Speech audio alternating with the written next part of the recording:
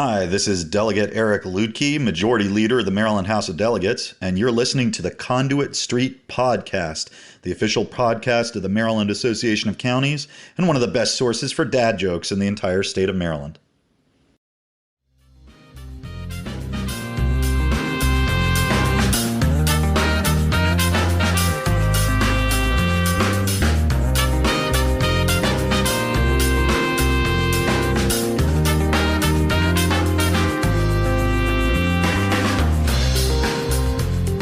Hello and welcome to the Conduit Street Podcast. Kevin Kinnally here with Michael Sanderson. Michael, Thursday, June 10th, recording remotely, not because we have to, but I think out of convenience, and that plays in well to today's episode. We don't have a guest this week, Michael, but I'm excited. Just me and you, sort of freeform, and we're going to get into a lot today. Tell us what we're going to talk about. Yeah, I agree that, the convenience of doing the drop in and record is kind of nice, and it does feed into what we thought was some good content to talk through. But as you and I were discussing what to get into on this episode of the podcast, we had this sort of common theme of coming through what we hope is the back end and the tail end of this pandemic, and how our counties, but also other employers, are going to look and feel different afterward. And we've got some policy issues and some just sort of interesting practical issues that all connect in some way to our county governments as employers, to some degree as public entities, but yeah, sort of a variety of things like that. But I'm happy to have just the two of us, and it's a little bit of like let our hair down and like get through stuff we want to talk through. I like having guests, but it's good to have a one-to-one back with you, Kevin. I agree, Michael. And I should say for everyone listening, and this is no surprise to anyone in Maryland, the cicadas, you may hear them in the background. There is an audible buzz. I'm not sure if we're picking it up, but if so, I guess people are used to it by now. And maybe we have a few more weeks of this, Michael. Have you, by the way, eaten a cicada? I feel like you said, I saw something on Twitter. I mean, are you a cicada eater or no? I'm anti-eating cicadas, and I'm sympathetic to if someone wants to make a policy argument that over the next generation, a component of combating world hunger and food distribution issues might be the use of insect proteins as a diet complement or whatever. Okay, I'm theoretically open to that kind of concept, but I'm not ready to just grab a cicada and have it as a snack. I'm not doing that. So I'm with you. Our good friend, County Executive Johnny Olszewski from Baltimore County, I believe I saw him eat a cicada, but it's not for me. It's not for me. Well, and I get it as a public official, right? You go to an event and someone says, "Hey, we have these, fancy deep fried cicadas. You'll be surprised how delightful it is." And it tastes just like, what do they say? Just like fried oysters. Well, okay. I mean, that's what you do, right? You step up, you kiss the baby, or you sign the person's cast. And in this case, you eat the cicada and you let the cameras roll, and that's fine. I see that as a different thing from this is something people ought to be doing just because they're around. No, I'm not ready for that. I'm not ready for it. If you want to do it, that's great. But Michael, let's jump in. I want to get in first, Michael. We're seeing counties reopening their offices. We're seeing open public meetings. And by that, I mean, of course, they've always been open as in they're recorded and accessible, but they're actually opening the doors to the chambers. People are able to come in person, sort of like the private sector, I guess. Everyone's sort of reopening at the same time. And of course, people are sensitive, but it seems like for the most part, counties are starting to get back to normal, if you will, in terms of carrying on business. Yeah, I think it's case by case, but that's definitely the direction things are going. And as you said, this is the public sector more or less, making the same on the ground decisions that the private sector have been. I've seen increasingly around my neighborhood, retail places start to say, masks are required if you're not vaccinated, but if you are, it's no longer required. I think everybody's sort of, taken the temperature of what their community is ready for. Public sector probably has a reason to be a bit more cautious than just a small business, but still you want to be responsive to your residents and your stakeholders. So we're definitely seeing the meetings of our governing bodies, the county councils and county commissioners, increasingly having their meetings getting closer to normal. Some places we're all over the map, but some places are still doing public testimony remotely, but the members are present in person so that they can have a more direct and candid exchange amongst one another and perhaps with the county staff. We're seeing that in some places. We have some jurisdictions that are now, their county commissioner meetings are just back and open to the public, and there might be some spacing requirements for people in the audience, but other than that, it's basically back to normal. I think it's case by case, and you work with your public health professionals and you watch the metrics in your jurisdiction, in your capital seat to make a judgment of what's reasonable and what's safe.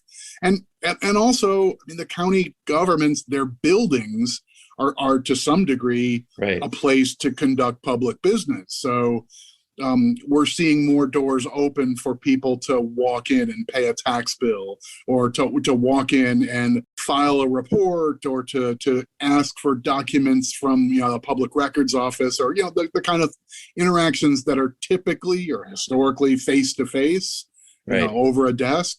Some of these probably have more plexiglass than they once did, but I think we're seeing the arrows pointing in the direction to this kind of stuff getting back to normal or closer to it, and that makes sense. So we're going to see that happen over time for sure. Right. And, it was really interesting during the pandemic. We saw counties come up with some really innovative ideas in terms, like curbside. You could go pay your property tax bill, curbside payments, right? Like you didn't have to go into the building. And so counties found a way to make this work, but it does feel good to sort of get back to normalcy in terms of conducting business in the county buildings. And you're right, those transactions that happen day to day, we take them for granted until, the doors are closed. So it's really good to see that happening. And Michael, of course, that means bringing employees back into the building, right? And I want to talk a little bit about that and the interesting policy of remote working and how that has affected employers and employees, Michael. So we're opening up the buildings, we're bringing people back into the chambers, and that does mean bringing your employees back. Do you think there's been a shift in the attitudes of employees and employers in terms of what working means these days? Do you need to be in the office? Do you have to be in a cubicle, or is it a little bit more flexible? I mean, what do you think the pandemic has done there in terms of attitudes of both the employee and employer? I think this is a really interesting topic, and maybe you and I don't have the full universe of expertise to plumb its full depths, but I feel like this is something that's a rich conversation happening. We had a meeting of our county affiliate of human resources professionals, so the people who do personnel and so forth for county governments, just earlier this week, and this was a really hot topic with them.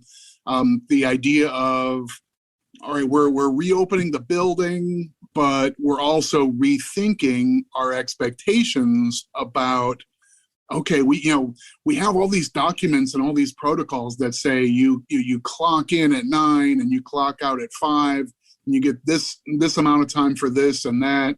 And out of necessity, we ended up patching together a variety of remote work arrangements for almost everybody where that made sense.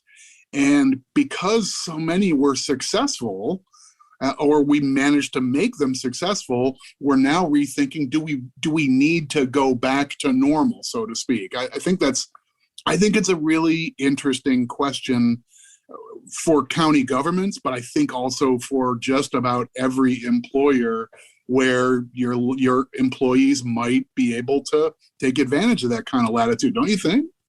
Oh, absolutely. I mean, working remotely does, of course, allow for increased flexibility. But look, Michael, for employees, I was talking to a friend the other day, and they were saying, they had a conversation with their colleagues and their boss about getting back into the office.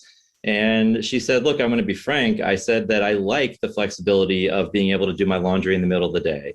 I still get all my work done, but I like that flexibility to sort of knock things off of my to-do list. And I think employees like that, but also, Michael, employers are starting maybe to view remote work as an important part of hiring and retaining that top talent, which oftentimes are millennials. These are people who like that kind of flexibility. So maybe the shift was already happening before COVID, Michael. We saw it with some of the big tech companies. And to try and stay competitive, we're seeing the private sector and I'd say the public sector thinking about these things. And you could even argue that you could save on business costs by having folks work remotely. Now, there's also concern about cybersecurity and things of that nature. And I think all that stuff has to get worked out.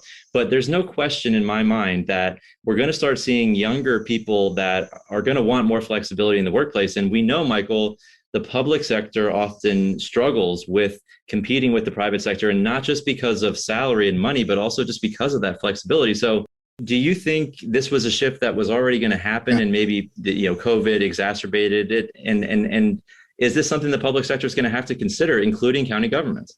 I think all of the above. There's like 5 or 6 things to unpack in what you just ticked through there. But I think like maybe what's about to happen, or what we're in the middle of already, is some degree of realigning the nature of the employer and employee relationship.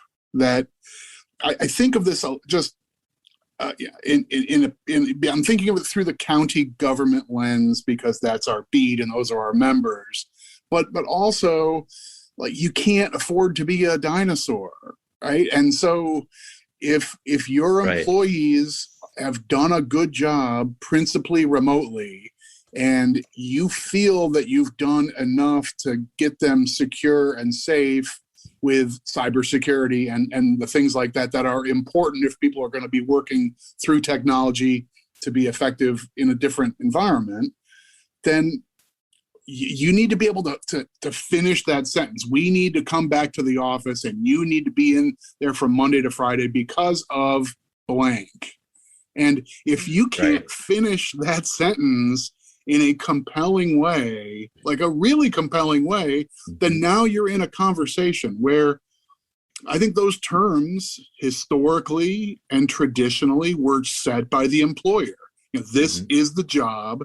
This is where you do it.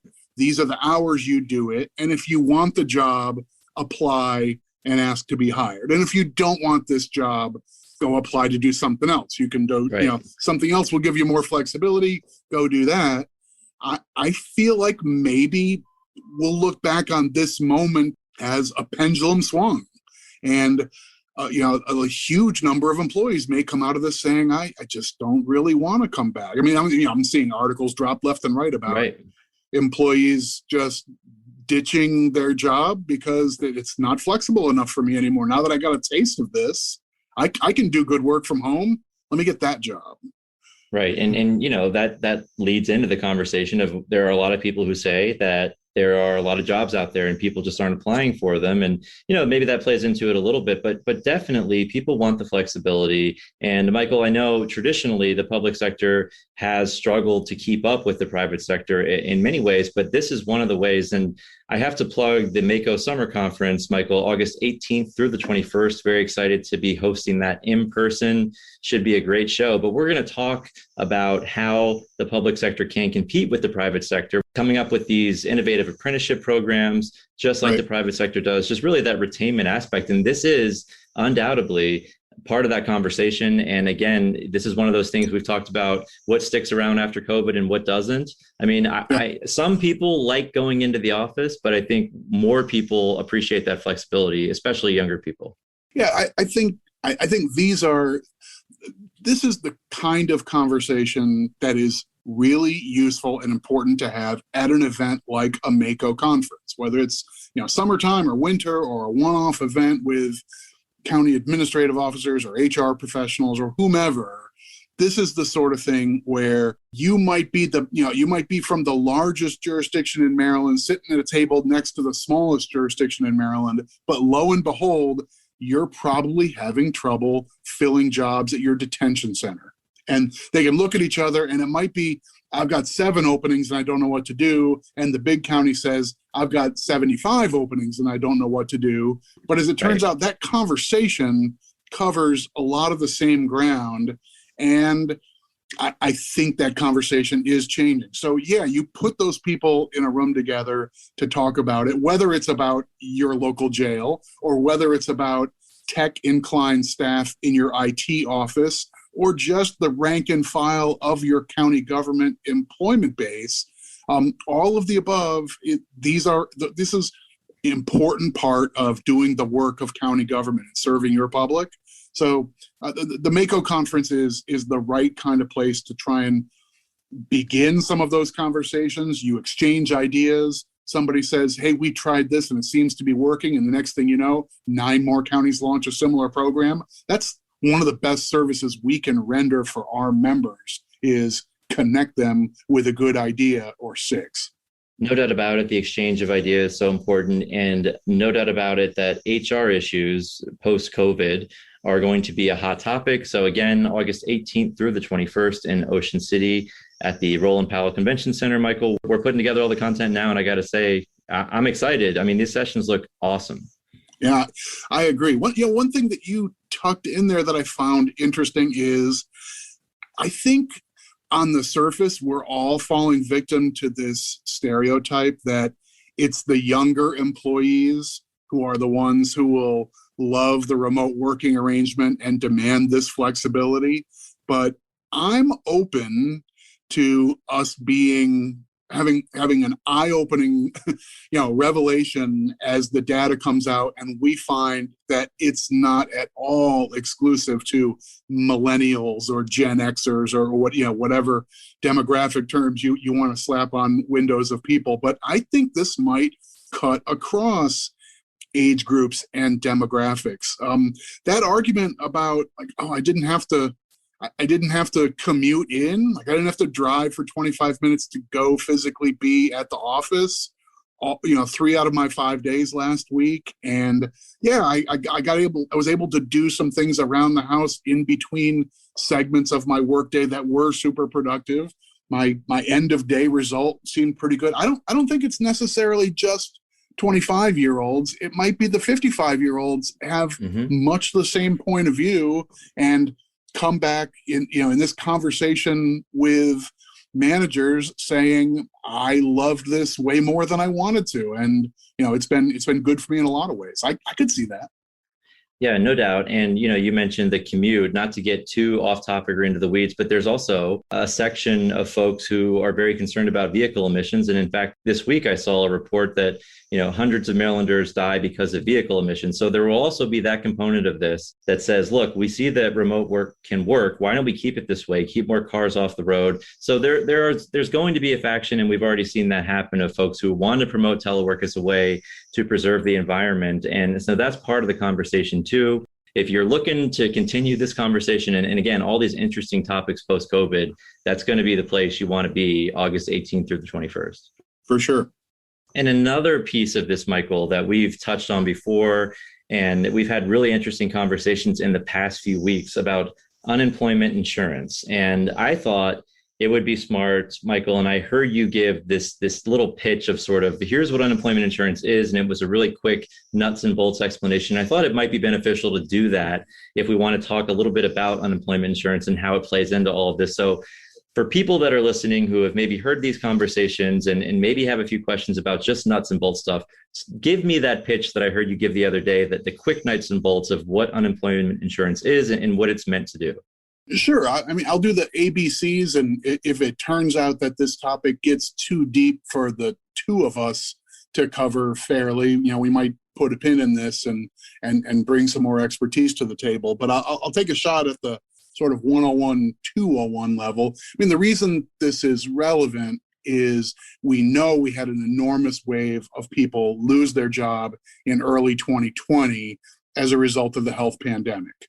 So there were a lot of extraordinary things, mostly from the federal government. They opened the doors for state governments to add on to that, and ours has done so. So basically, unemployment insurance and unemployment generally is in the news right now. So here are a couple things to help put that in context.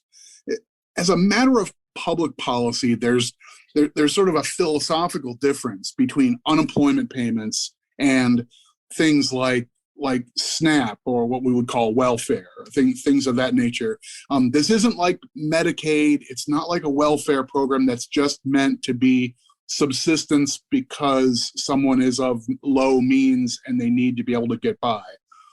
Unemployment insurance is meant to be philosophically different. And that is, if you're out of work, if you want to be part of the workplace and are out of work right now, it doesn't serve the collective interest for you to lose a job as a mid-level, engineer and feel like I need to pay the rent in 2 weeks, so I need to just settle for whatever job I can get tomorrow.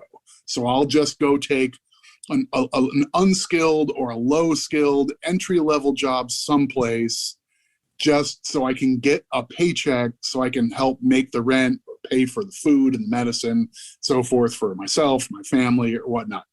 It doesn't serve our interests as a society or as an economy to have people feel forced to settle right away if things have not gone their way in the labor force. So the general concept of unemployment insurance is, as you are seeking re-entry into the job market, you're applying for jobs, you're trying to find a place to get back plugged in, we'll provide you some funding. It's basically a percent of your former wage. We'll provide you funding meant to help you through that patch of time and let you conduct an effective job search. So we want that person with some technical training, even if it takes 8 or 10 or 12 weeks, we want that person to do a good enough job search to be able to get the right kind of job so that her skills are actually put to work and she's productive in the economy, not underemployed just by function of needing something right away. That explanation, Michael. So what you're saying is, unemployment, it certainly is a safety net, but it's a bridge so that you have time to sort of take stock and do a proper search to find the right job for you. So the idea here is, it's a bridge, but it's not meant to be a long-term thing, right? It's a bridge, and it gives you that time to sort of figure out what exactly you want to do and find the right role. Right. So under ordinary circumstances, that's a very fair description. So in a typical ordinary economy, when things are going okay and the labor market is basically fine, things still happen. Economists sometimes call this frictional unemployment, but we consider there are always, at any given moment in time, there are some people who are, there's some employer who's going out of business, somebody else is expanding. On balance, the economy's fine, but somebody just lost a job and they're looking for a new one. That happens all the time. So under an ordinary circumstance, thinking of unemployment insurance payments as a bridge makes perfect sense. Now, what about when the economy, we all recognize it's really deeply in the tank? Back in the Great Recession of 2009-10, and whatever we have gone through and are still kind of going through from 2020 and 21, when the economy writ large is in the tank, then it doesn't quite seem fair to say the rules under ordinary circumstances are going to just apply. And if you can't find a bounce back job in the space of the number of weeks that we've got scheduled for your benefits to last, sorry, you're just out of luck. It's frequently the case that either the U.S. Congress or sometimes the state actors decide to extend the eligibility for unemployment benefits, just saying it's not reasonable to think so someone can get on their feet in this setting, so we'll let the duration go longer or whatnot. And in 2020, the feds did one level above and said, we think there are going to be a lot of people, thinking about like the hospitality industry, restaurants and bars and hotels and so forth, where those jobs don't look like they're coming back for a good long while. So people need to be able to subsist on unemployment payments. Will add on to the dollar amount in addition to extending the window of time. So under the direst of circumstances, we tend to sweeten the pot, recognizing that the need for this to sort of serve as a broader safety net is more present in those tough times. Now, and Michael, of course, that feeds into what we've talked about, and I don't want to get too far into it, but, Governor Hogan announced that they were going to say no thanks to the enhanced benefit. Maryland joins a number of other states in doing that. And there was a hearing this week, Michael, in the Maryland General Assembly in the Economic Matters Committee, and that decision was brought into question. And there are really competing narratives there. The decision to do that is basically the view of these enhanced benefits are disincentivizing people to come back to work. Now, during that hearing, there were a couple of other, ideas thrown out there. Number one is, well, maybe we should just accelerate our phase into the $15 minimum wage in Maryland. Maybe the problem isn't the enhanced benefits, but it's actually that wages aren't high enough. So that was sort of another idea. And then I also heard another idea of, well, maybe we need a back to work bonus. Instead of doing away with this enhanced benefit, maybe the problem is people just need a little kick in the butt, if you will, to get back. And maybe we should provide some sort of a bonus. So this conversation is one that's going to continue over the interim and into next session, no doubt about it. Those two competing narratives of why people aren't getting back into the workforce. But there was, that hearing this week, and those ideas were thrown out there. I think the one that particularly is interesting is accelerating that phase into $15 an hour. And counties as employers, certainly, we have a stake in that. But I definitely have seen the business sector, particularly maybe the chambers of commerce, step up and say, no, that's a bad idea. But those are the conversations that I feel like are going to continue, in the debates that are going to continue of, why we're seeing so many vacancies in the workforce at this point and what we can do to sort of fix that issue. I mean, what are your thoughts? Right. I mean, I know you tuned into that hearing too. Anything interesting to you this week? I agree with you that I think this conversation is going to continue here. It is not exclusive to Maryland, that I think at the state level, this is happening in multiple state houses and, the electronic conversation forum that we're all part of these days. So I think this is going to continue in Maryland. It looks as though the decision on the federal expanded benefits is exclusively for the executive branch of the state. So it doesn't look like, it's not like the General Assembly can reconvene, come to Annapolis for a day, pass a resolution, and force the governor to take back his letter. I don't think that legally can happen. So instead, there are these conversations about, okay, what should Maryland be doing to address this larger issue? And we've had, both with guests and just amongst ourselves, we've had this conversation multiple times on the podcast over the last several months about what does the true economy look like right now. And I am still a complete shrug my shoulders guy on this. I still don't feel like we really know what the underlying economy is. But to the extent that we think unemployment or open, unfilled jobs are oddly sticky, and there are anecdotes that suggest one thing, and there are other anecdotes that suggest another thing. And I'm sure there are econometrics and studies, and everybody's ripping apart the latest jobs report, the JOLTS report from the Department of Labor. Everybody's trying to untangle this story. I don't think we have a full handle on it. I don't think anybody really does. We're all speculating, but Maryland's going to go through fits and starts on this, like lots of actors, lots of states. Right. It's going to be a very political issue too. You mentioned the move toward a $15 minimum wage. The idea of accelerating that is because we already passed a $15 minimum wage, but we did it step by step, and we wouldn't get to $15 for private employers until, I want to say it's 2025. So somewhere around there, yeah. Yeah. So the idea of, rather than doing this, every 6 months, we add on another quarter or 50 cents or whatever it is, but we could do this over the course of the next year or 18 months or something like that, responding to the argument that maybe it's just that the pot is not sweetened enough, that employers have not brought enough to the table of their own. Right. And again, those competing narratives, certainly a national conversation, and we'll see more of that in the next few months. And I think it's going to drag into the next legislative session as well, Michael.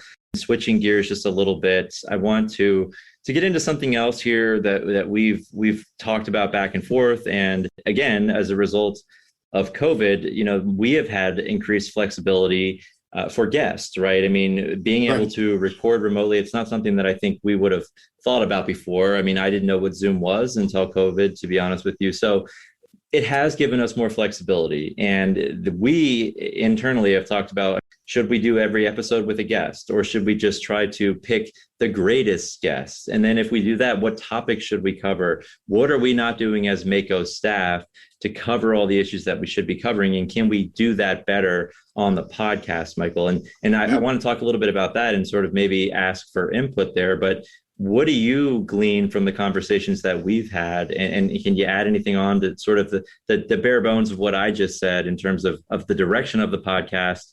And I don't know, we'll probably get back to more in-person recording, but now that we have this option, certainly it's intriguing in terms of people being able to join us and getting these really good insights from folks that we may have not gotten before.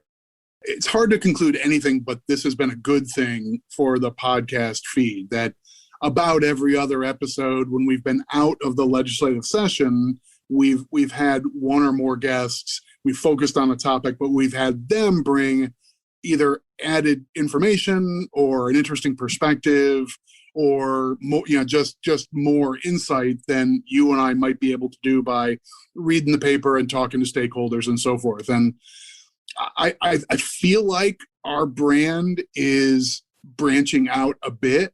So I think that's on balance a good thing. We get feedback from listeners on the regular, you especially as our rock star host. You get nominated for all these awards and stuff like that. So people hit you up and they tell you what the podcast ought to do and that sort of stuff. I get people who recognize my voice and then they kind of curl their nose a little bit. So no, I think you get more traction in terms of people coming to you and telling you what we should be doing than I do. So just for what it's worth, let me counter that point. But go ahead. Well, regardless, we obviously have some listeners who kind of like this lane that we've landed in. So we want to keep hearing from you. One of the themes that I hear a good deal about is that these issues of technology are interesting to a really wide audience. You and I are both inclined to talk about fiscal stuff, and I have a little bit of a bias in that direction, in part because I feel like everybody can sort of understand sort of the consequences of fiscal topics, right? Right. $100 million budget cut. Okay, I get it. That means we'd have to cut back on services or on staff. We'd have to raise taxes and so forth. I mean, those consequences, I think, are relatively straightforward, even if you're not a deep fiscal person, where some other topics, you need a little bit of a ramp up to find them approachable. That said, anybody who's taken a ride in an Uber can listen to any of our multiple conversations talking about new technology and have some perspective on emerging technology and those sorts of things, and how we find that an interesting policy discussion. So that's one of the areas where we get good feedback on, is talking about new stuff. A little bit of forward thinking on stuff now here today. And if you've made it this far, maybe that's a good sign that we're on the right track.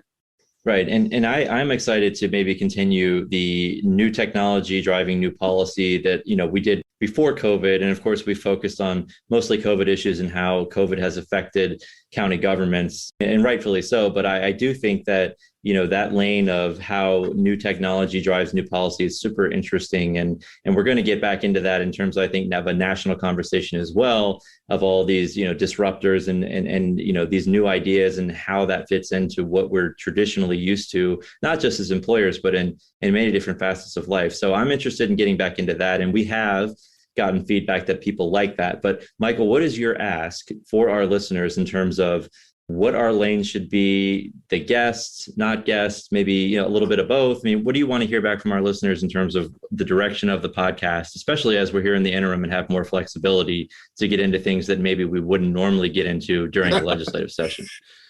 So all right. So this is a weird response to that, but one of the things that it's been some years now, but I used to teach for Anne Arundel Community College. And at the end of every class, you get a batch of evaluations from students. And a lot of evaluations are really simple. Oh, I give you a 4 out of 5 for every single thing in the column, or I give you a 5 out of 5, or whatever. Those evaluations are fine and they're helpful. When you get 25 of them, that's fine. But the ones I spent a lot of time with were when people said, you know what, in general, I give you a bunch of 4s, but I give you a 2 in this one area, and here's why. And that's the one that I pull out of the stack, I read through the paragraph, and I think really a lot about that. So for the pod, we get a lot of responses saying, this was cool, I like more of that, or this is really neat, I like more of that. How about somebody out there who likes the pod and listens to the pod? Tell us what we're not doing enough of, or tell us what we're doing too much of, or like if we're talking about budgets too often, tell us so. We may or may not like change this whole thing. I don't think we're looking to realign the entire message, but you know, if you think and if you think, hey, you know, you guys talking about unemployment insurance without having an attorney who works in that field is stupid. I'd like to hear that kind of input. That's a little tougher to do, but hey, for those listeners out there who are willing to do a heavier lift, we will listen, we will read through it, we will think about everything you send us, for sure. Absolutely. And it's always good to take stock and get that feedback, especially this time of year, and especially as we move forward from a global pandemic, and again, have that flexibility to get back into some interesting topics that aren't necessarily COVID related. And I think everybody's ready for that. I like the ask, and I think our listeners will respond. You get way more messages than I do. And in fact, you recently became the big wig of a organization of county governments, right? And state associations. And you can talk a little bit about that. But you got a shout out, I think, on there for the podcast. And so other state association folks are listening to this podcast. We like that. So we're talking to you too. If you're seeing anything other, interesting policy issues in other states, or anyone here in Maryland who is reading about interesting issues in other states, please go ahead and reach out. But Michael, go ahead and plug yourself a little bit for the role that you've just taken on, and the big shout out that you got in that meeting. Oh, well, thank you. It's we have a Southeastern regional group. It's the Council of Southern State Association, or County Association, excuse me.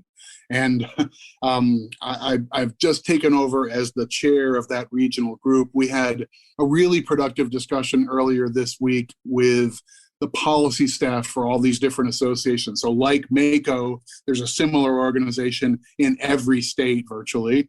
And in the Southeastern region, we get together usually for an in-person conference.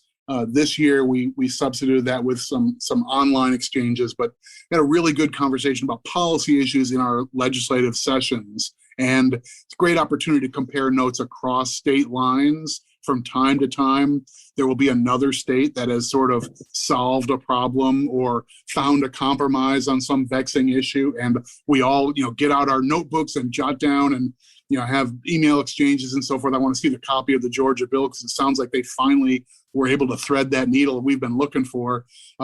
It's a really productive exchange. I'm happy to have the confidence of my colleagues and peers and to lead that group for the next couple of years. So, and it was also nice that we got on there, and one of the first topics in the conversation was someone from another state having listened to the Conduit Street podcast and said that was a really good conversation with Professor Todd Eberly.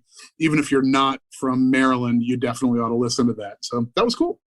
It was cool. And I have to say, I really appreciated being involved because it was one of the most interesting conversations, hearing from Alabama, Kentucky, North Carolina, Virginia, Florida, Texas. I mean, all these states Florida. Gosh, I mean, Florida. I just could only feel terrible for them. I mean, talking about all, they're constantly just under assault. The basic concept of a county government, it seems like it's under assault constantly in Florida. So they always have intriguing issues. But I thought the number of issues in Maryland that other states are dealing with and facing is remarkable, the similarity. So really intriguing stuff. And I really love the format, and I'm excited to hopefully keep participating in those conversations, because it really is fascinating listening to folks from other states, and we're not always aligned politically, that we don't have the same, pressing issues necessarily, but the amount of issues that everybody is dealing with collectively is pretty remarkable, regardless of your politics, your demographics, whatnot. It's pretty intriguing to me, and I thought it was a really cool conversation.